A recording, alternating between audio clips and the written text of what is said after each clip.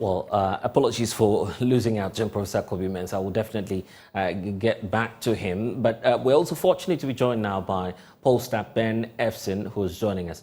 Thank you, Mr. Efson, for your time. Of course, race is still on within the Assin North area. The research we have coming through from Global Info Analytics is pointing out that the NPP's candidates appear to be taking a slight lead. That's not too significant to determine what the outcome may be, according to the researchers. But it's also pointing to some predictions you made in the past that the contest may not be as easy as we thought for James Gyakye Quayson. Why is this happening, by the way? Oh, I thought yes, it will be a close contest, but if you are to bet your last 100 cedis, I think that you can bet it on NPP's Opoku to win. You know, the Assin North constituency is a swing constituency. In 2012, the NDC won presidential parliamentary. In 2016, the NPP won presidential and parliamentary. And then in 2020, the NPP took the presidential, the NDC took the parliamentary. Now, when the question thing came up, we went to the grounds to check, and the reasons why the NPP candidate lost, the lady who won in 2016, she comes from Assin North and had issues with some of the NPP people in Assin Breku, where Christian comes from. Now, she's not contesting this time. The two people who are contesting, NDC's Quayson and NPP's Opoku, both of them come from Assin Breku. Two, Quayson had a bit of sympathy votes from within some of the swing voters, but the swing voters seem to be angry now. Now that some of the leading members of the NPP have said that in 2012 and 2016, Quayson was disqualified for the same reason that he's in trouble now, that he had not renounced his Canadian citizenship. And for those swing voters, they think that the NDC needs to pay a price. Now, Opoku, the NPP candidate, I think seems to have been preparing himself for some political role, because over the last 4-5 years, he's had an NGO who have been doing good to people, paying school fees and helping them.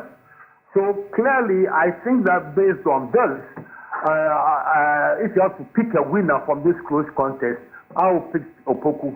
And what makes it interesting, my brother, is that the NDC's presidential candidate had been a bit reckless in the run-up, because he had said that the results of the Assin North will be a reflection of how well the NPP government has performed. What if the NPP wins tomorrow? Can he, between now and 2024, criticize the NPP for non-performance? Interesting questions there.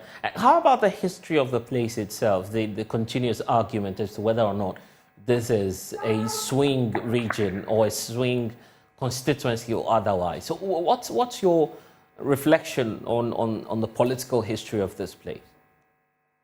Please come again. What's your personal reflection on the political history of this place?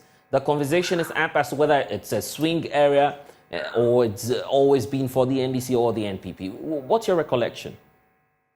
Well, I think that clearly you cannot say is the backyard of any of the two big parties.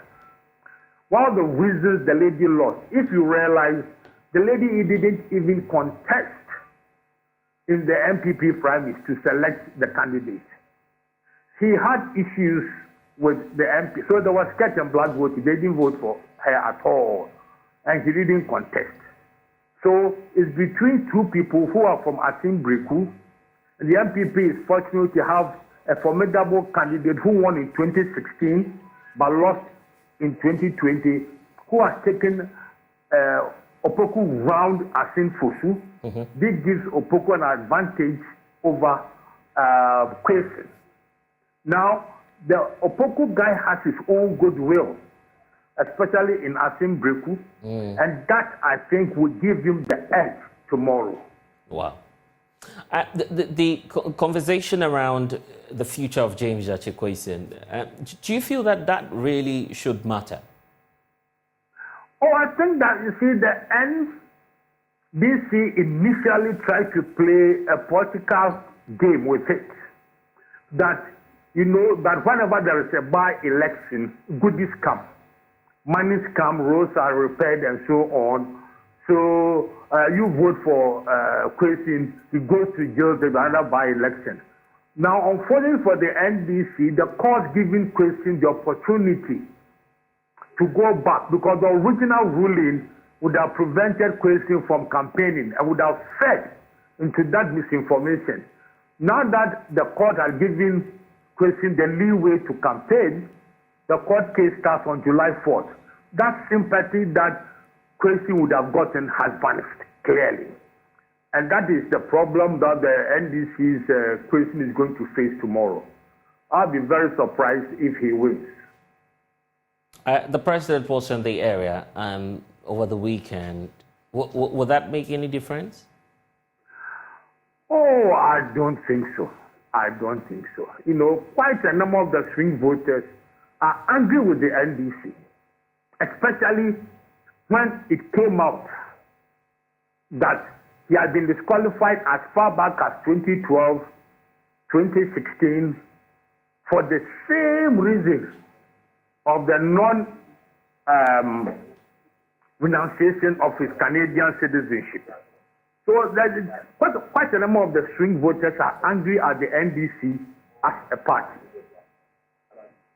Okay, we're still watching. We do not know what the outcome will be. But finally, before I let you go, if James Gyakye Quayson wins the seat, do you see him holding on to the seat for a long time? Oh, I think that if he wins, one thing is clear. I think that if 6 months before elections, he's convicted, for example, I'm sure that the NDC has a good legal team which will stretch the trial. If, for example, he's convicted, they will appeal. They could do a lot of things that if he's finally convicted, he exhausts all the appeal processes, and he's convicted finally 6 months to vote, that is around June 2024, there will be no by-election.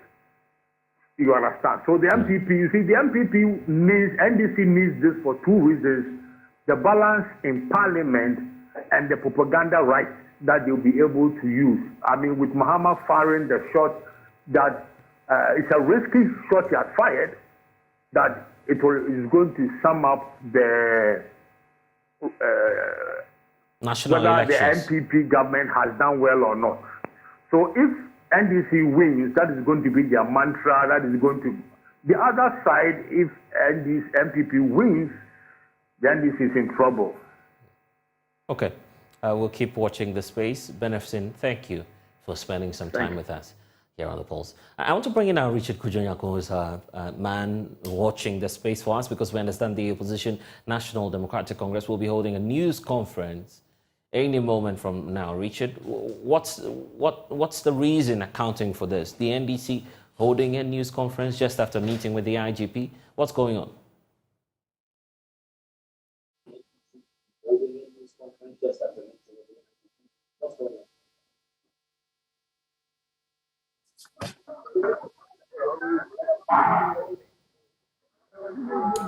Richard, if you can hear me, I'm just asking what's going on and why is the NDC set to hold this news conference?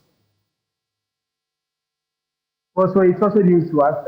We are looking forward to this news conference. It's just set up, but they are looking forward to the person who will be addressing the press. In fact, this news conference was scheduled for 12 noon, but we waited. It's getting to 4 p.m. and there is no news about it. In fact, all the media houses are here. But we are currently at St. Andrews Senior High School, the camp that the NDC has picked, and we are here with them. We are looking at what is happening, the by-election is, what exactly the NDC is doing, the strategy they are also bringing up, as far as this election is concerned. In fact, today was not supposed to be for the election. Let me speak with, hello, welcome to join you. Good afternoon. What kind of Yeah, good afternoon. Good afternoon.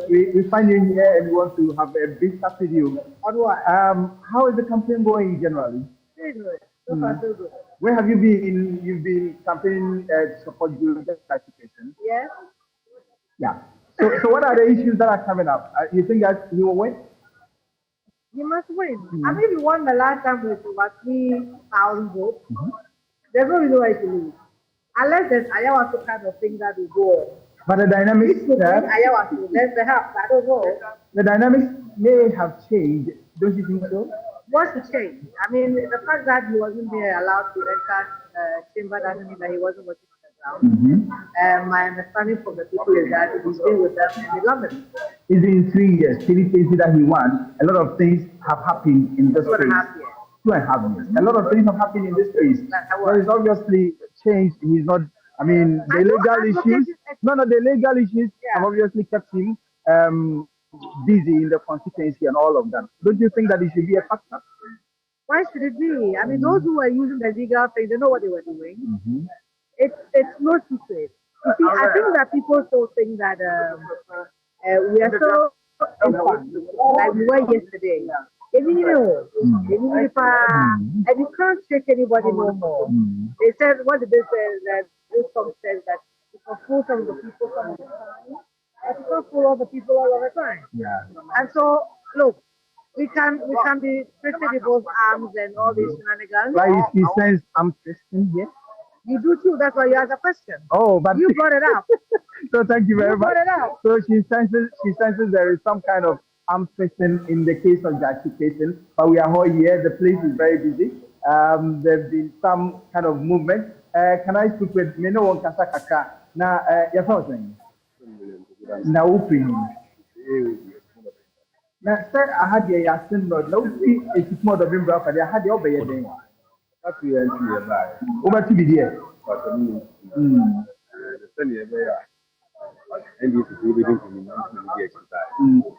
Then I show crying, say, and it's behaving to know about you.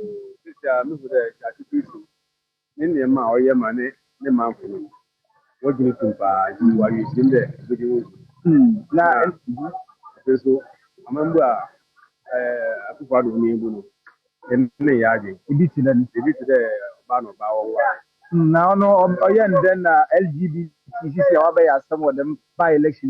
You with the enemy or in what the man live there. Now, I woman in with them and some Urbana, and others what to was my NPP and not said LGBT wing to this Maha. On a like a survivor, I will be saying what I'm going to wait after the council. You would there. Not Jimbua, then my Martin, or whatever. And the answer, young Peter and Martin of Basu, you're quite here, my hideous.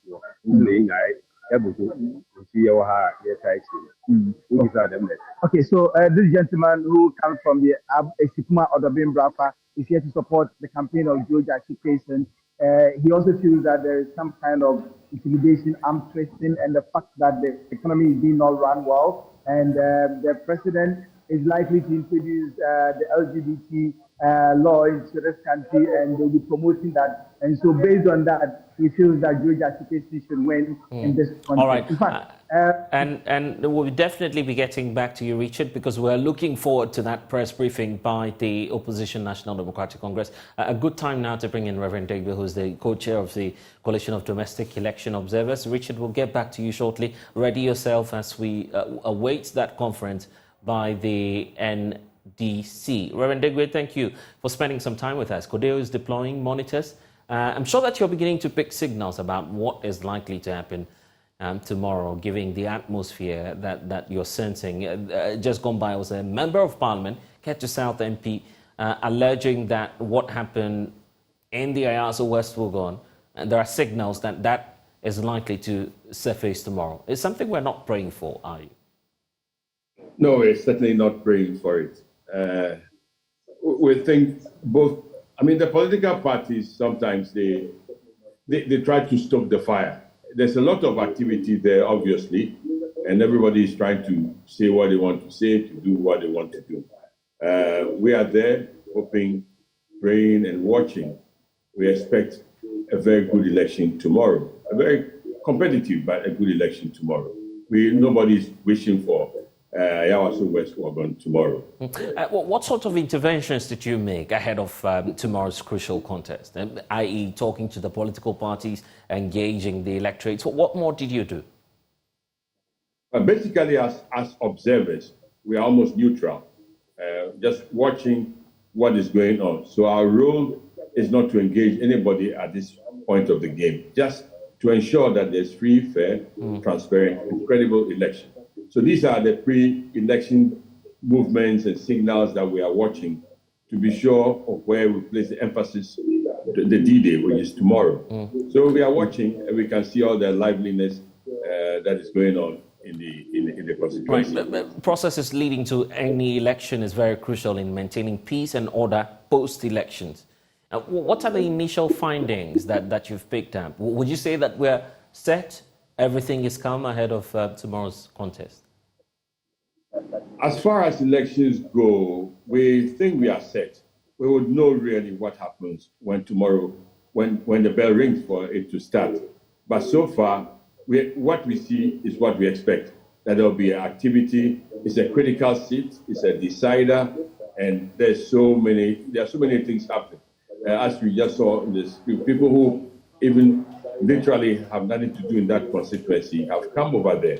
So we know the security forces are watching. Everybody is keeping their fingers crossed to be sure that those who are voting are those who are authorized and registered to vote in that constituency. So we are watching. Right. I need to put this to you because of how it's been running ever since the electoral process started. As a rumor, we're getting some sense that electorates are equally rating that in the polls released by Global Info Analytics, that the fact that vote buying appears to be taking center stage. Did you also pick that up as domestic observers? We have not received that report from our observers yet. It may come in the letter release, but as at now, we have not picked that signal. I will not confirm or deny it, but just that we don't have that data yet. Certainly, if there's something we pick up, we'll bring it up. I'm asking the question because of how, in previous elections, as Codeo, you've raised concerns about the tendency of vote buying and the fact that it diminishes the quality of any election at all. That's why I'm putting that to you, sir. Yes, we see it all the time. I mean, it's flagrant now. They do it all the time. So that's what I'm saying, that as at now, we have not picked up that report. When it comes, you see, because we must be able to substantiate what we say. So we have to gather data, if it's a film, a clip or something, to be able to substantiate it. So our observers are on the ground. They will give us timely reports. And when that comes up, certainly we'll let the world know. The two main political parties, the NDC and the NPP, signed an accord about a year or two ago with the National Peace Council. The aim is to prevent the use of internal security mechanisms or detail or personnel. The NPP chairman today was not categorical in telling my colleague that, well, we may not deploy our men. He says, partly, they may have to rely on their internal security arrangement. How much of an allowance should we make for these sort of arrangements where the political parties may want to use their men somewhat? It's unfortunate when we talk like that, or when we do not think that our national security forces that are supposed to be neutral can protect us. So that's why you're not getting any guarantee from these players. We hope that they're just talking and they'll give the security forces a chance to be sure that there's a free, fair, credible election. After all, this is only one. So it should not overwhelm our security forces. This is not a big national security. This is not a big national election where our security forces may be stretched. It's just one area. And we believe that the parties should just pipe down and hope and trust that the national security forces, those who are authorized to do this, keep an eye and maintain the peace for all of us to see what can happen and see it happen very well. The rhetoric from the ex and the current president of the Republic, we've heard from Nana Dankwa Akufo-Addo, we've also heard from John Dramani Mahama. Do you feel that they're stoking too much tension ahead of the contest tomorrow? Well, we all know what is at stake. Hang parliament and one seat to be a decider. So what they are saying as politicians, you see, sometimes they say things that favor those who are listening to them, those who are voting for them. It's regrettable, but you see them doing these kind of things up and down because they are making appeals to their own constituencies. So we can expect some of that. But they also have turned out to tell us that fear delegates. So you can never tell what the delegates will do when the time comes, when they get into that ballot box. To speak to this group of people that we need to fear, what message would you leave with the constituents and electorate in the Assin North area? Vote what you believe to be the truth, the ones who bring you progress, the one who is the lawmaker of your choice. Don't sell your vote, don't be bought. Listen to their messages and wait. When you go there, do what you think you are convinced to do. Then you can live with yourself. Because after all, we should live with ourselves, have faith in our convictions, and do what we think is right for the country. Right. Encouraging message there. Reverend Fred David, thank you for spending some time with us.